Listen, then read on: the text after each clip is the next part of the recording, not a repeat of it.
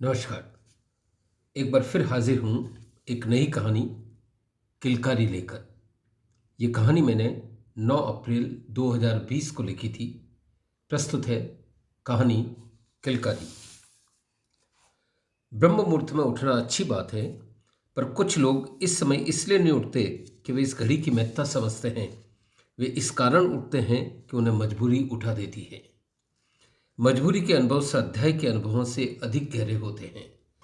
कहने वाले ठीक कह गए हैं, अकल बादाम खाने से नहीं, कठोर संघर्ष एवं कड़े अनुभवों से गुजर कर आती है। पुष्पा सदैव मुंह अंधेरे उठ जाती। उसके उठने के दो संकेत होते। पहला एवं अधिकतर तो वह मुर्गे के बांग देते ही उठती, एवं यदि कभी कभार आलस्य घेर लेता तो वह दूसरे संकेत यानी मस्जिद में अजान होने पर उठती। यह मस्जिद उसकी कच्ची बस्ती के बाहर थी, पर लाउड स्पीकर से आती हुई मौलवी की आवाज़ स्पष्ट सुनाई देती। वर्षों पूर्व यह आवाज़ इतनी तेज नहीं थी, उसमें एक अजीब सी आस्था एवं मिठास थी। लेकिन जब से मंदिर के पंडित का लड़का रामदीन लाउड स्पीकर लाया एवं बस्ती मंगला आरती की घंटियों एवं सरधनियों से गूंजने लगी, मस्जिद में भी लाउड स्पीकर आ गया। अनेक बार ये दोनों आवाज़ें एक साथ मिल जाती, तब स्पर्धा से एक अजीब शोर बनता जो उसके कानों को काटने लगता। तब उसके उठने का यह भी एक कारण होता। आज भी वह इसी शोर को सुनकर उठी थी। ओह, मेम साहब के यहाँ देरी न हो जाए, आज तो मेम साहब की माँ भी आने वाली है। हाथ मुंह धोकर पुष्पा पुनः कमरे में आई। चारपाई पर प्रकाश अब भी निढाल पड़ा था। पहले एक चारपाई थी, दोनों साथ सोते, पर जब से गबरू ने इसे पीना सिखाया एम ये देर रात तेज दुर्गंध के साथ घर आने लगा तो दूसरी भी मंगवानी पड़ गई। कल रात भी वह देर से आया था। उसने भांप लिया था, पर वह ऐसे पड़ी रही मानो गहरी नींद में हो।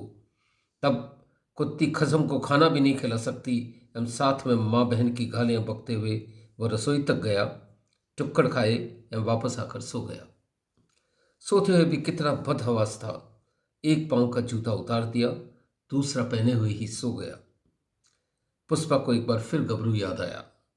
उसकी याद आती उसके चेहरे पर क्रोध की लकीरें खिंच गई, पर तत्क्षण एक नए विचार ने उसके क्रोध को जब्त कर लिया।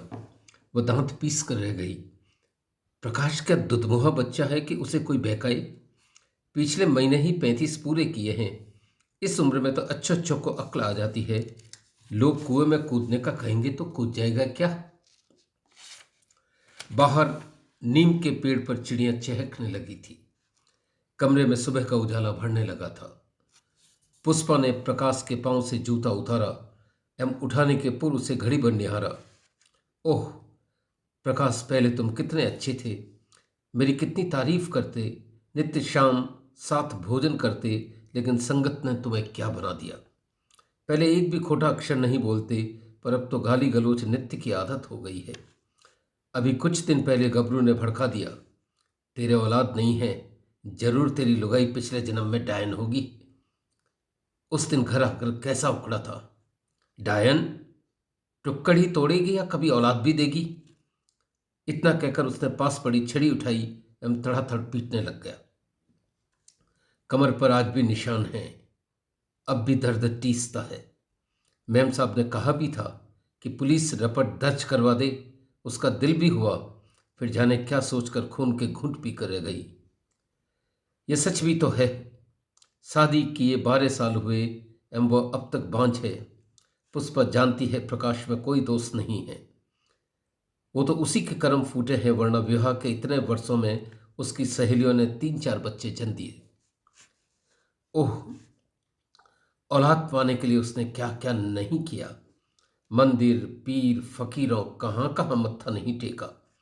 पंडित जी के कहने से कितनी बार व्रत उपवास किए, मन्नतें ओढ़ी, लेकिन जैसे बंजर भूमि में कुछ नहीं उगता, वह भी बेऔलाद रही। मैम साहब के कहने से 2 बार डॉक्टर के यहाँ भी गई, उसकी लिखी दवाइयाँ भी ली, पर स्थिति जस की तस रही।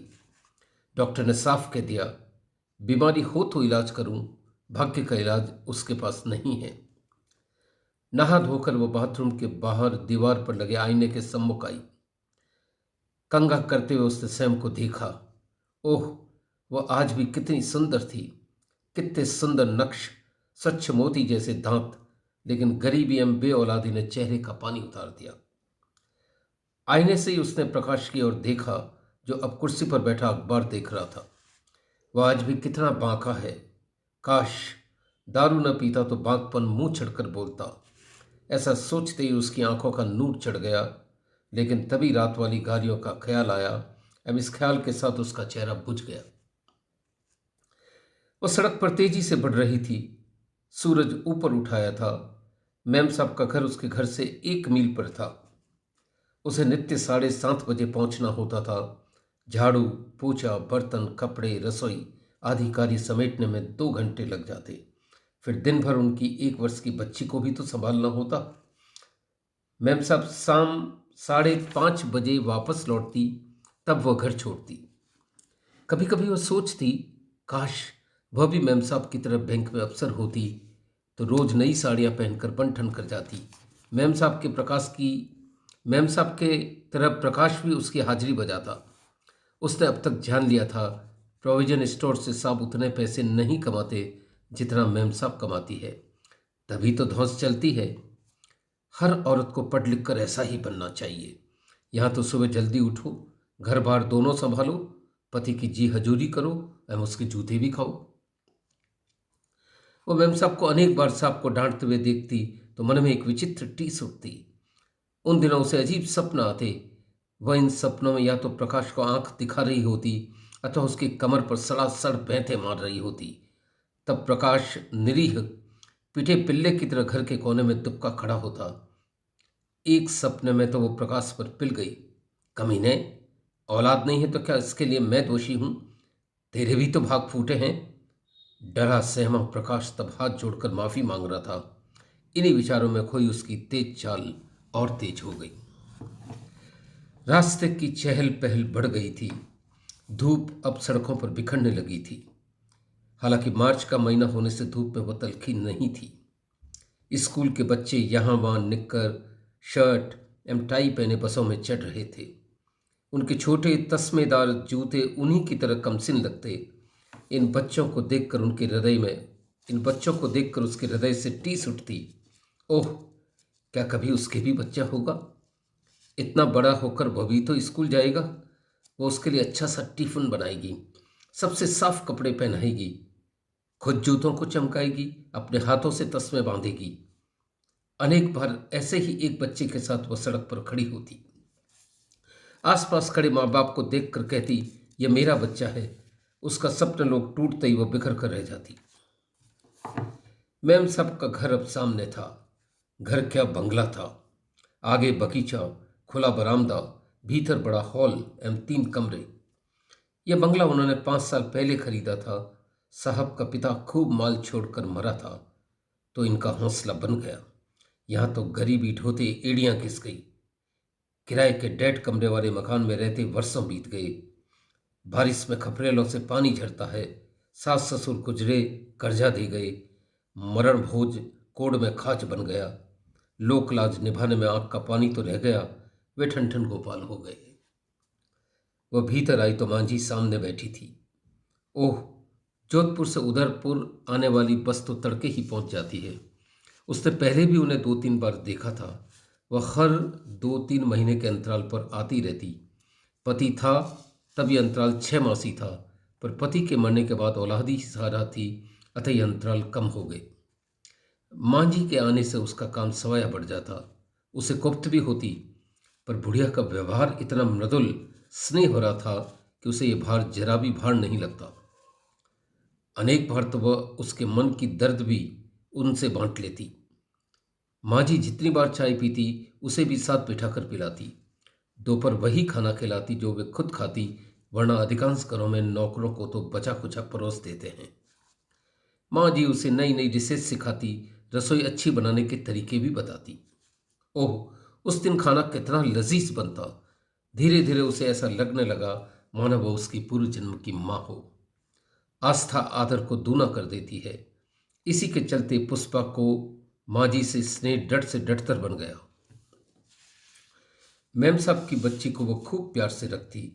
ओह, वो बच्ची भी कितनी सुंदर, मासूम, चंचल थी। अब तक खड़ा होना चलना भी सीख गई थी। आगे के 4 दांत भी आ गए थे। वह उसका ध्यान रखने में कोई कोताही नहीं बरतती, फिर भी कभी कभी ध्यान चूक जाती। घर के दुख मत्थे चढ़ जाते। इन्हीं दुखों के शोर में अनेक बार बच्ची के रोने की आवाज तक दब जाती। तब माँ जी खुद जाकर बच्ची को उठा लेती, उसे पुचकारती एवं बहुत देर छाती से लगाए रखती।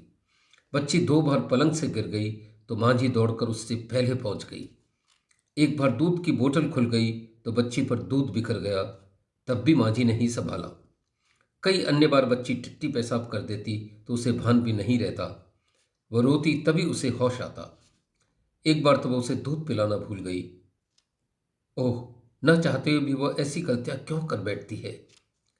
इसलिए तो नहीं कि माँ आखिर माँ होती है, उसके जैसा अन्य कोई नहीं हो सकता एवं वह माँ नहीं है।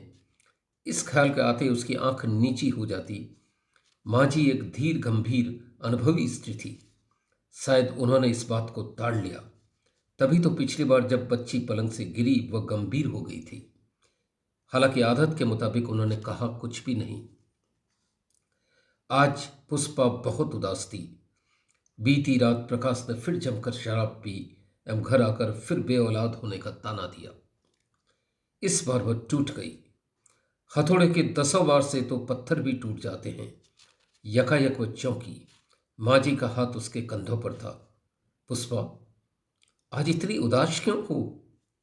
उनके कहने भर की देर थी और सैलाब फूट पड़ा।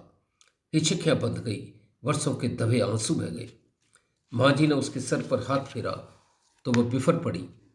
माँ जी, आप ही बताओ, मेरे औलाद नहीं है तो क्या इसमें मेरा दोष है? उसके इतना कहते ही माँ जी ने उसे सीने से लगा लिया। आज पुष्पा को पहली बार लगा माँ का स्पर्श, माँ की गोद क्या होती है। उसकी माँ तो बचपन में ही मर गई थी। वो कहाँ जाकर अपना मन हल्का करती। मन का गुबार तो अपनों के आगे ही निकलता है। वह भी सुबक रही थी, उसमें उठने की शक्ति भी शेष नहीं बची थी। माँ जी तब खुद चलकर रसोई में गई एवं चाय बनाकर लाई। चाय पीकर वह संयत हुई तो माँ जी उसके समीप आकर बैठ गई। कमरे में कुछ देर चुप्पी पसर गई। पुष्पा ने ही इस चुप्पी को तोड़ा। माँ जी, मैं आपको कितना कष्ट देती हूँ और आप भी मानो मेरी माँ की तरह मेरा हर दुख बांट लेती हो। उसकी आवाज अब भी उखड़ी भर्राई हुई ही थी। अरे, ऐसा क्यों सोचती हो? तुम मेरी बच्ची जैसी ही तो हो। कहते हुए माँ जी की छाती भर आई, मुंह से मानो अमृत झर रहा था।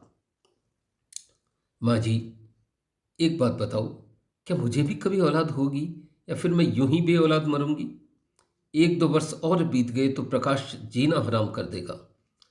पुष्पा ने यह बात माँ जी को इस तरह बताई जैसे एक बेटी अपनी माँ के आगे मन की सभी गांठें खोल देती है। कमरे में अब सन्नाटे पसर गए थे। माँ जी उसका उत्तर देने के लिए बहुत देर सोचती रही। तत्पश्चात उसके समीप आकर बोली, पुष्पा, एक उपाय है। आगे बढ़ने के पहले वह पुनः ठहर गई। उनकी आंखों में मानो उम्र भर का अनुभव सिमट आया था। माँ जी, आप तुरंत बताएं, मैं हर वह काम करूंगी जो आप कहेंगी। पुष्पा का अनुरोध उसकी पुतलियों में उतर आया। वह उस उत्तर को अपने आंचल में समेट लेना चाहती थी। आज से तुम इस बच्ची की वैसे ही परवरिश करो मानो ये तुम्हारी कोख से पैदा हुई हो एवं तुम ही इसकी सगी माँ हो। यह कार्य अत्यंत कठिन है, लेकिन तुम्हें सच्चे दिल से करना होगा। इसे दिन भर माँ चाहिए एवं तुम्हें बच्चा। तुम इसे वो दो जो इसे चाहिए तो तुम्हें वो मिलेगा जो तुम्हें चाहिए। जब हम हमारे दुखों को दूसरी आत्मा के सुखों में एकीकार कर देते हैं, कुदरत चमत्कार करती है। मेरा मन कहता है यह बच्ची ही तुम्हें मुक्त करेगी। कहते हुए माँ जी का गला भर आया। यह एक अभिनव प्रयोग था। पुष्पा ने माँ जी की सीख गांठ बांध ली। अब तो पुष्पा का जीवन बदल गया। वह बच्ची के साथ दूध में पानी की तरह एकमिक हो गई। उसी की नींद सोती, उसी की नींद जागती। उसके रोते ही उसके कान खड़े हो जाते। बच्ची को दूध पानी आदि पिलाने, डायपर बदलने, उसे नहलाने, कपड़े पहनाने आदि में उसे वही सुख मिलने लगा जो एक माँ को अपने स्वयं के बच्चे को पालने से मिलता है। वह कभी उसके लिए नया रेशम का तकिया बनाकर लाती तो कभी नया बिस्तर। एक बार वो अपने पैसों से उसके लिए कीमती फ्रॉक खरीद कर ले आई। मैम साहब के लाख कहने पर उसने पैसे नहीं लिए। एक अन्य दिन गुड़िया खरीद लाई। इसके कुछ दिन बाद नजर बट्टू, हाथ पांव के कांकड़ डोरे आए। ओह, मेरी बच्ची को नजर लग गई तो लोग यही कहेंगे, इसकी मां को बच्चा पालना तक नहीं आता। बच्ची का रोना उसका रोना एवं बच्ची का हंसना उसका हंसना बन गया। बच्ची अब उसके कलेजे का टुकड़ा बन गई। आज लेकिन हद हो गई। वो बच्ची को गोद में लिए बैठी थी कि उसे जाने क्या सूझा। उसने साड़ी का पल्लू कंधे से उतारा, ब्लाउज ढीला किया एवं अपनी नंगी छातियां बच्ची के आगे खोल दी। बच्ची भूखी थी। स्तनों को नन्हे हाथों से दबोच कर डट गई। स्तनों में दूध कहाँ था, चूचियों से खून बहने लगा। आश्चर्य, उसे कोई दर्द नहीं हुआ, वरन ऐसा लगा मानो वह आनंद के अथाह समुद्र में डूब गई हो। आज उसका अंग अंग नाचने लगा था। आज उसका आनंद कायनात के जर्रे जर्रे में घुल गया। इसके ठीक 1 वर्ष बाद उसके घर पुत्र जन्म की किलकारी गूंजी थी। धन्यवाद।